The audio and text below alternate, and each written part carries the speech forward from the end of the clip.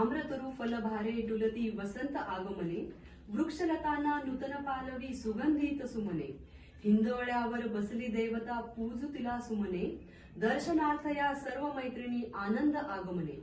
गुढीपाडव्याला नवीन वर्ष सुरू झाले की घरोघरी चैत्रगौरीचे आगमन होते। रंगीत सुमनांनी बहरलेला वसंत ऋतू तिचे स्वागत करतो। मंगल, प्रसन्न, सुगंधी वातावरणाची निर्मिती होते। चैत्रांगणातील शुभचिन्हांनी घर अंगण सजते।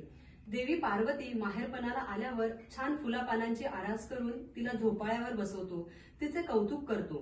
महिनाभर तिच्या आवडीचे पदार्थ करून नैवेद्य अर्पण करतो। कैरी डाळ, थंडगार पन्हे, खरबूज, टरबूज उन्हाळ्यातील दाह कमी करतात। माहेरी आनंदात राहून अक्षय तृतीयेला गौरीला निरोप देण्याची वेळ येते आणि मनात हुरहुर दाटते। चैत्र गौरीच्या स्तुतीने बहरलेले गीत मंजुषा संगीत विद्यालय सादर करत आहे।